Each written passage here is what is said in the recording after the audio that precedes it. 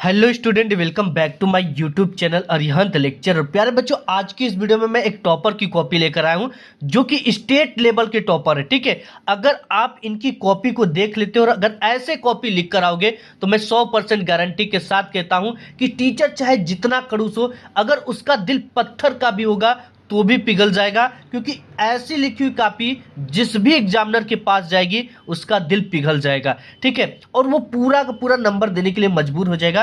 पर बच्चों, एक ऐसा टॉपर की कॉपी है कि अगर आपकी हैंड राइटिंग खराब है तो आपको कैसे लिखना है, हैंड राइटिंग पुअर है लेकिन तो भी अगर ऐसे आप कॉपी लिखोगे तो पूरा का पूरा नंबर मिलेगा। यानी बोर्ड एग्जाम में कॉपी लिखने का सबसे बेस्ट तरीका, आपने बोर्ड एग्जाम में क्या लिखा है ये मैटर नहीं करता है, आपने बोर्ड एग्जाम में कैसे लिखा है ये सबसे ज्यादा मैटर करता है। ठीक है, देखो आपका अगर जो क्वेश्चन पेपर है 100 नंबर का है तो आप कहोगे कि सर मैं 100 में 100 नंबर करके आया था, लेकिन जब रिजल्ट आते हैं तो आपके प्यारे बच्चों 80 नंबर आते हैं, 75 नंबर आते हैं, और अगर 70 का पूर्णांक है तो उसमें सिर्फ और सिर्फ आपके 55 नंबर 50 मार्क्स आते हैं। तो ये जो 20 से 25 नंबर कटते हैं ये कहाँ पे करते हैं, क्यों करते हैं और कैसे करते हैं, अगर आज की इस वीडियो को आप मिस कर दोगे तो आप दोबारा कभी ये नहीं जान पाओगे कि नंबर कहाँ पे करते हैं। अगर आज के इस वीडियो को शुरू से लेकर अंत तक देख लिया तो आपके जिंदगी में कभी एक नंबर नहीं कर सकते। ये हमारे पास तमाम कॉपियां, हमने बहुत सारी कॉपी चेक किया, लेकिन जो ये कॉपी लिखा गया था ये सबसे बेस्ट तरीके से लिखा गया था। अगर ऐसे आप भी लिख कर आओगे तो 100% गारंटी के साथ कहता हूं कि आपके एक भी नंबर कभी जिंदगी में कट नहीं सकते। ठीक है, तो यहाँ पे देखो इस बच्चे को 100 में 100 नंबर मिला है, यानी कि एक भी नंबर नहीं कटा है, और इसको बोनस अंक भी मिलता है।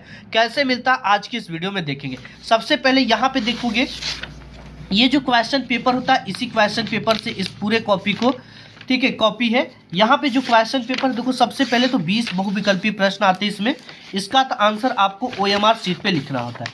लेकिन यहाँ पे प्यारे बच्चों सबसे पहले खंड ब वर्णनात्मक प्रश्न आते हैं। ठीक है, और इसका आंसर आपको आंसर शीट पे लिखा जाना होता है।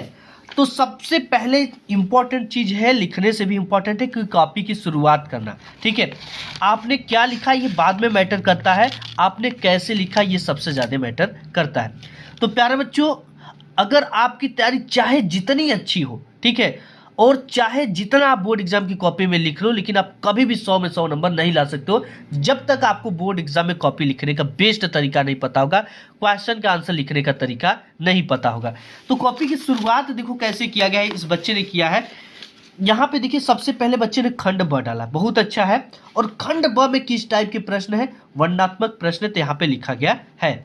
इसके बाद डाला गया प्रश्नोत्तर संख्या 21, बहुत अच्छा है। ठीक है, क्योंकि ये जो क्वेश्चन आता है प्रश्नोत्तर संख्या 21 के अंतर्गत आता है। क्या डाला गया है, अब देखिए यहाँ पे एक ट्रिक लगाया गया, गद्य लिखा गया।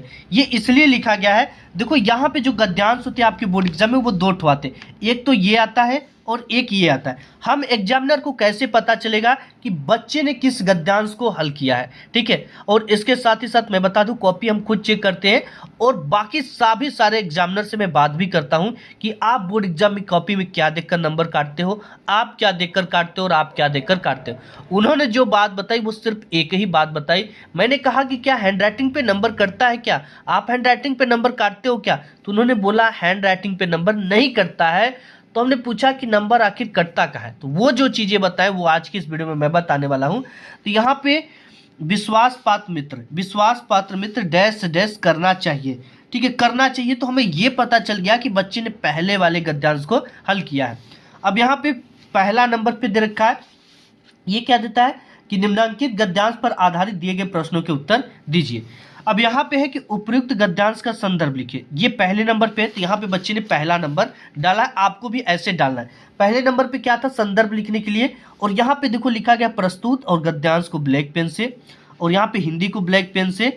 ठीक है, और इसके शीर्षक को ब्लैक पेन से, और इसके जो लेखक है इसको ब्लैक पेन से लिखा गया। यानी लिखने का सबसे बेस्ट तरीका यही है, और इसको पूरा का पूरा यहाँ पे 2 नंबर मिला है।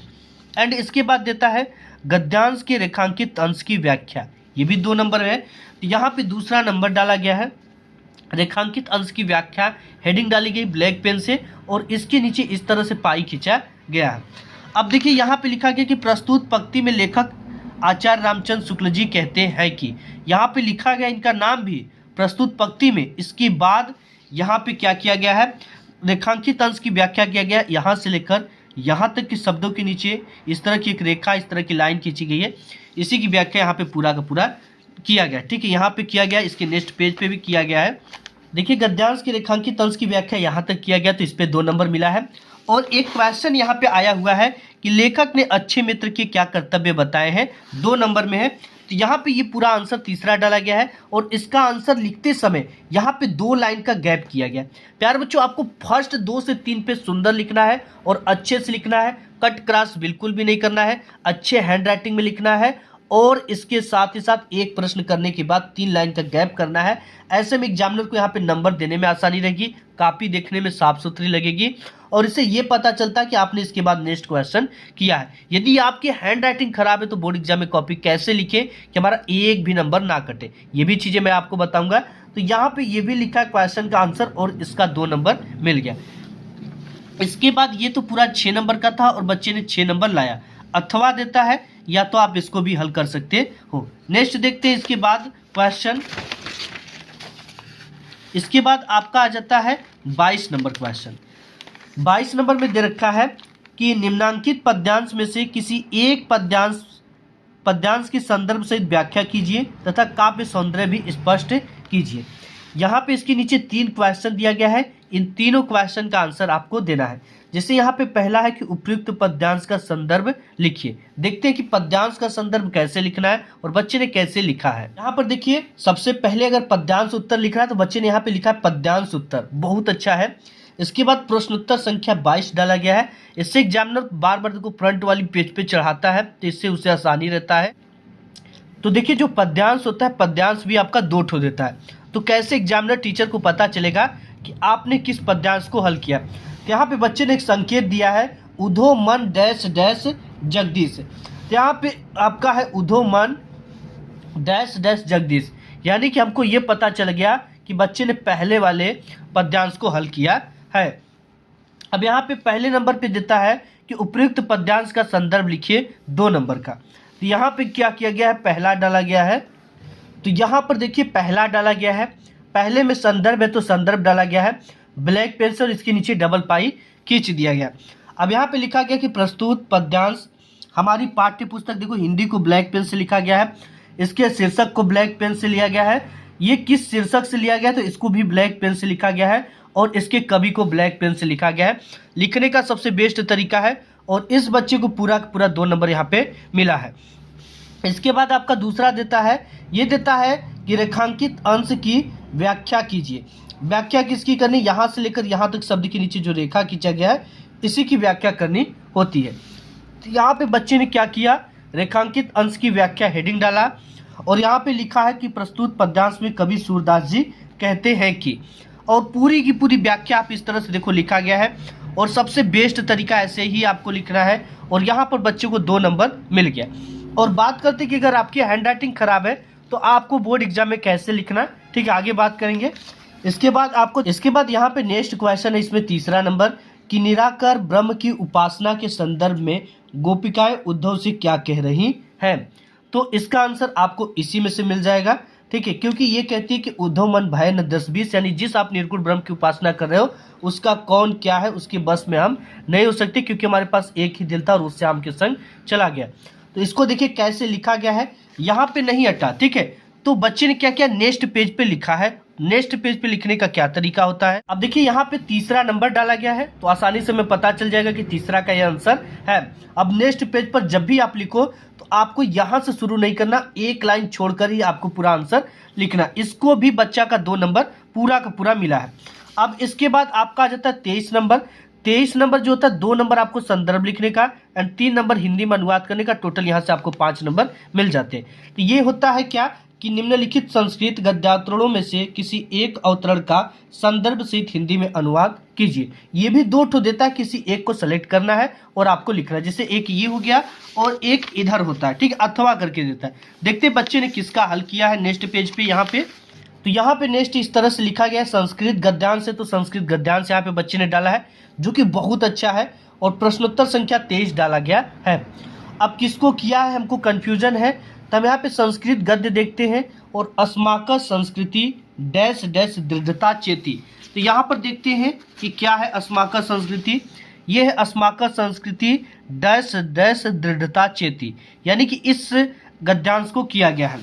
तो यहाँ पे लिखा गया है संदर्भ, ठीक है। संदर्भ के नीचे इस तरह से पाई होना चाहिए, जैसे यहाँ पे है प्रस्तुत संस्कृत गद्यांश हमारी पाठ्य पुस्तक हिंदी को ब्लैक पेन से, इसके शीर्षक को ब्लैक पेन से लिखा गया है, नामक पाठ से अवतरित है, इसमें भारतीय संस्कृति के आदर्शों का वर्णन है। ये सबसे ज्यादा 4 चांद लगा देता है आपको पूरा, ठीक है। बहुत अच्छा लिखा गया है। आपको पूरा संदर्भ लिखने के पश्चात उसमें क्या बताया गया है, जो पद्यांश दिया गया उसको लिख दोगे तो 4 चांद लग जाएगा।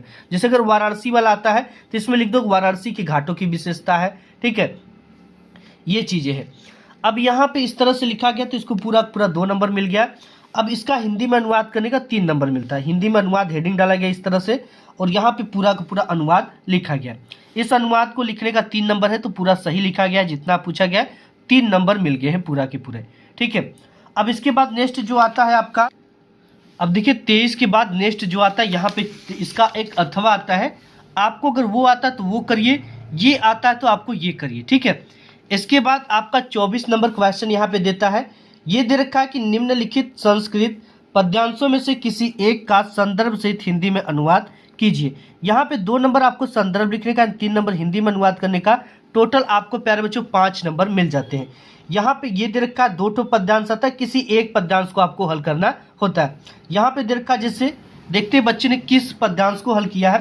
देखो सबसे पहले बच्चे ने लिखा संस्कृत पद्यांश, इसके बाद प्रश्नोत्तर संख्या 24 डाला गया है। इसके बाद यहाँ पे श्लोक लिखा गया, सबसे ज्यादा इंपॉर्टेंट ये है, ठीक है। बाकी में आप तो क्या लिखते थे पता नहीं, लेकिन श्लोक लिखना है और इस तरह से आपको एक संकेत देना है, सर्वे भवन्तु डैश डैश भवेत्, यानी शुरू के 1 से 2 अक्षर और लास्ट के 1 से 2 अक्षर देकर आपको एग्जामिनर को ये बताना है कि हमने किस ये संस्कृत पद्यांश को हल किया है। इससे ये पता चलता है कि बच्चे ने पहले वाले को किया है। अब यहाँ पे सबसे पहले डाला गया संदर्भ। संदर्भ में लिखा गया है कि प्रस्तुत श्लोक हमारी पाठ्य पुस्तक, श्लोक है तो ब्लैक पेन से, हिंदी को ब्लैक पेन से, और इसके जो शीर्षक है पाठ का नाम, इसे ब्लैक पेन से लिखा गया है। और इस बच्चे को पूरा का पूरा 2 नंबर मिला है, क्योंकि संदर्भ लिखने का 2 नंबर और हिंदी में अनुवाद करने का 3 नंबर। यहाँ पे नेक्स्ट हिंदी में अनुवाद है, हेडिंग डाला गया है, सब सुखी हो, ठीक, इस तरह से लिखा गया है। और इस बच्चे को पूरा का पूरा 3 नंबर हिंदी में अनुवाद करने का मिला है, ठीक है। नेक्स्ट इसके बाद आपका आ जाता है प्यारे बच्चों 25 नंबर। 25 नंबर जो होता है, ये दे रखा कि अपने पठित खंड काव्य के आधार पर निम्नलिखित प्रश्नों में से किसी एक का उत्तर लिखना है, और ये 3 नंबर का पूछता है। देखते कि ये जिला वाइज होता है, ठीक है, हर जिले में अलग अलग होता है। देखते हैं बच्चे के जिले में क्या आया हुआ है और उसने कैसे इसे लिखा है, ठीक है। ये तमाम सारे आते हैं इस तरह से। तो यहाँ पर देखिए बच्चे ने डाला प्रश्नोत्तर संख्या 25 ज्योति जवाहर खंड काव्य, यानी कि इसमें ज्योति जवाहर खंड काव्य यहाँ पे ख नंबर पे पूछता है, तो ये बच्चे ने लिखा है, ठीक है। तो यहाँ पे देखो कैसे लिखा गया, ज्योति जवाहर खंड काव्य डाला गया है, और इसके जो लेखक है श्री देवी प्रसाद शुक्ल राही द्वारा रचित है, ये इसके रचना किए हैं। और इसके जो नायक है वो जवाहरलाल है, ठीक है।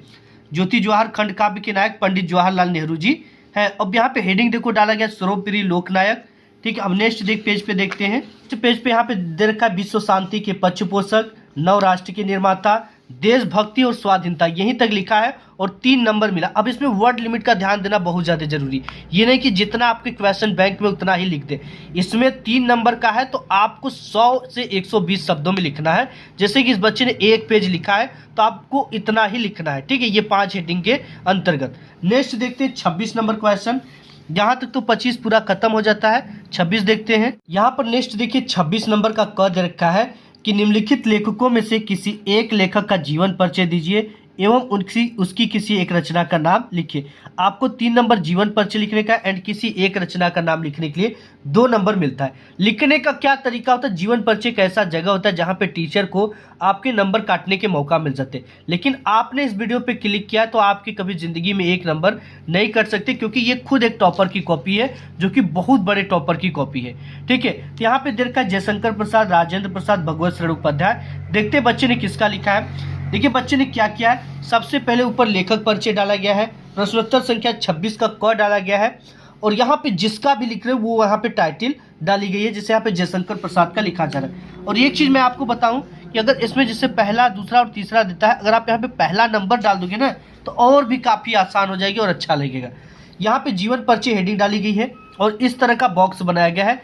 इसे ही एग्जामिनर देखते हैं और आपको नंबर दे देते हैं। और यहाँ पे मैं आपको बताऊं, इनके जन्म को ब्लैक पेन से लिखा गया है, इनके पिताजी के नाम को, इनके माताजी के नाम को, इनके प्रमुख भाषाओं के नाम को ब्लैक पेन से लिखा गया है। ठीक है, इतना यहाँ पे लिखा गया और इसके आगे भी लिखा गया, देखते हैं। और यहाँ पर भी इधर लिखा गया है और इनकी जो मृत्यु हुई इसे ब्लैक पेन से लिखा गया है। और इतना लिखोगे तो सिर्फ और सिर्फ आपको 3 नंबर मिलेंगे। ठीक है, और इसके बाद 2 नंबर के लिए आपको जयशंकर प्रसाद की प्रमुख रचना, 1-2 रचना के नाम पता हो तो लिख दो। यहाँ पे बच्चे ने कुछ ज्यादा रचना के नाम लिखे, लेकिन आपको अगर 1-2 रचना का नाम पता है तो आप लिख दोगे तो आपको नंबर आसानी से पूरा इस बच्चे को देखो 5 नंबर इस पे मिला है। नेक्स्ट देखते हैं। इसके बाद नेक्स्ट जो 26 होता है इसका क देता है और एक ख देता है। ठीक है, ख में दे रखा कि दिए गए कवियों में से किसी एक कवि का जीवन परिचय देते हुए उनकी एक प्रमुख रचना का उल्लेख कीजिए। 3 नंबर जीवन परिचय लिखने का है, 2 नंबर रचना का उल्लेख करने का मिलता है। यहाँ पे दे रखा महाकवि सूरदास जी, बिहारी लाल जी, महादेवी वर्मा जी। देखते बच्चे ने किसका लिखा है। यहाँ पे देखो बच्चे ने सबसे पहले कवि परिचय यहाँ पे लिखा है। इसके बाद प्रश्नोत्तर संख्या डाला गया 26 का ख। अब यहाँ पे हेडिंग डाला गया सूरदास, जिसको लिख रहे उसका यहाँ पे नाम लिखा होना चाहिए। ठीक है, और ये किस नंबर पे लिखो और इसके नीचे डबल पाई ब्लैक पेन से खींच दोगे तो और भी अच्छा होगा। यहाँ पे जीवन परिचय हेडिंग डाला गया है और यहाँ पे इनके देखो सूरदास जी भक्ति काल के एक प्रसिद्ध हिंदी कवि और संत थे। अब यहाँ पे इस तरह से भी लिख सकते हो, या सूरदास जी जो थे अष्टछाप के प्रमुख कवि थे, ऐसे लिखा जाता है। जयशंकर प्रसाद को लिख रहे हो तो छायावाद के प्रमुख कवि जयशंकर प्रसाद का जन्म, ऐसे लिखोगे तो और भी काफी अच्छा नंबर मिलेगा। ठीक है, इनके जन्म को ब्लैक पेन से लिखा गया और हाईलाइट का यूज किया गया, हाईलाइटर का। आप भी टॉपर यूज करते हुए आते हो और आप भी हाईलाइटर का यूज कर सकते हो। इनके पिताजी के नाम को, इनके माताजी को नाम को इस तरह से यहाँ पे एक बॉक्स बनाया गया, इसमें कुछ इनका संक्षिप्त परिचय लिखा गया है। इनके गुरु के नाम को यहाँ पे ब्लैक पेन से, ये सही है। इसके बाद नेक्स्ट पेज पे देखते हैं। इसके बाद नेक्स्ट पेज पे यहाँ पर देख सकते हो आप कि यहाँ पे सब इनके जो गुरु हैं इनको ब्लैक पेन से, इनकी कहाँ पे ये पाठ पूजा करते थे। ठीक है, इनका जो मृत्यु हुआ था वो कहाँ पे हुआ था और कब हुआ था, इनको ब्लैक पेन से लिखा गया है। सूरदास जी की प्रमुख रचना इस तरह से लिखा गया है और इस बच्चे को पूरा का पूरा 5 नंबर मिला है। नेक्स्ट देखते हैं। नेक्स्ट आपका यहाँ पे 27 नंबर क्वेश्चन आता है कि अपनी पाठ्य पुस्तक से कंठस्थ किया हुआ कोई एक श्लोक लिखिए जो इस प्रश्न पत्र में ना आया हो। 2 नंबर का है, तो यहाँ पे डाला गया प्रश्नोत्तर संख्या 27। अब यहाँ पे डाला गया श्लोक। ठीक है, अब यहाँ पे जो भी श्लोक ऐसा लिखना है जो इस प्रश्न पत्र में ना आया हो। तो यहाँ पे बच्चे ने लिखा है बंधन मरणम वापी जय वापी पराजय। ठीक है, इस तरह से लिखा गया है। और जब भी श्लोक लिखो तो यहाँ से कभी भी शुरू मत करो। ठीक है, आपको यहाँ बीच से शुरू करना है और बीच में ही श्लोक लिख रहा है, जैसे ये तरीके से लिखा गया। और इससे टीचर काफी ज्यादा इंप्रेस होते हैं और आपको यहाँ पे 2 नंबर मिल गया। और एक चीज मैं आपको बता दूं कि फर्स्ट 2 से 3 पेज आपको सुंदर लिखना है और वही प्रश्न करना है जो आपको अच्छे से आते हैं, और प्रश्नों को पूरी तरह से सीरियल से करने की कोशिश करना। यदि दूसरा तीसरा पहला क्वेश्चन नहीं आ रहा है तो चौथे से ही करो, या तो जगह छोड़ दो। अगर बाद में लिखने की कोशिश करोगे तो जगह छोड़ दो, अदरवाइज चौथा आता है तो चौथा ही आपको अच्छी तरीके से लिखना है। तो देखो सीरियल से नंबर्स करोगे तो टीचर को कॉपी चेक करने में आसानी होगी, और जिस कॉपी को चेक करने में जितना कम समय लगता है उस पर उतना अच्छा नंबर मिलता है। इस चीज को भी आप ध्यान रखना। ऐसा है नहीं लेकिन होता है। ठीक है, यानी कि सीरियल से लिखोगे तो जाहिर सी बात है टीचर भी प्रसन्न होगा और आपको नंबर भी मिलेगा। ठीक है, तो इस तरह से इस बच्चे को पूरा यहाँ पे 2 नंबर का था ये, तो 2 नंबर मिला है। अब 28 नंबर है कि शुल्क मुक्ति हेतु अपने विद्यालय की प्रधानाचार्य को एक प्रार्थना पत्र लिखिए, और ये प्रार्थना पत्र 4 नंबर में आता है। या तो आप इसे करो या तो इसे करो। ठीक है, देखते बच्चे ने किसको किया है। अब देखिए यहाँ पे बच्चे ने सबसे पहले पत्र लेखन ऊपर डाला, बहुत अच्छा तरीका है। ठीक है, सबसे पहले आपको भी जो भी कर रहे हो ऊपर लिख दो। यहाँ पे पत्र लेखन है, प्रश्नोत्तर संख्या 28 डाला गया है। यहाँ पे सेवा में डाला गया और जहाँ पे ये खत्म होता है सेवा में उसके आगे यहाँ पे बिंदु लगाया गया है। ठीक है, इस तरह से कामा लगाया गया है, और कामा के बाद श्रीमान प्रधानाचार्य जी डीएवी इंटर कॉलेज। ठीक है, इस तरह से प्रयागराज लिखा गया है।